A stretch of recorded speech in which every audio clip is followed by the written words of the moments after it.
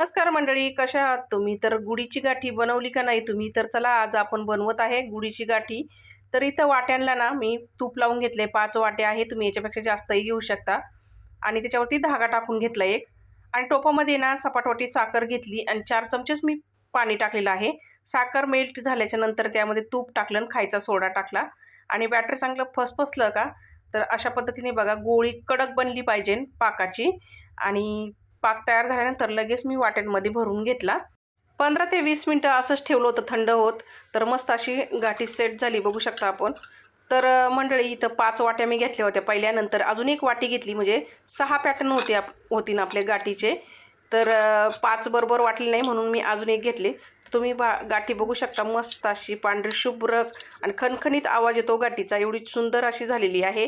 तर मंडळी तुम्ही गाठी बनवली का नाही ती कमेंटमध्ये नक्की सांगा. भेटूया पुढच्या व्हिडिओमध्ये. धन्यवाद.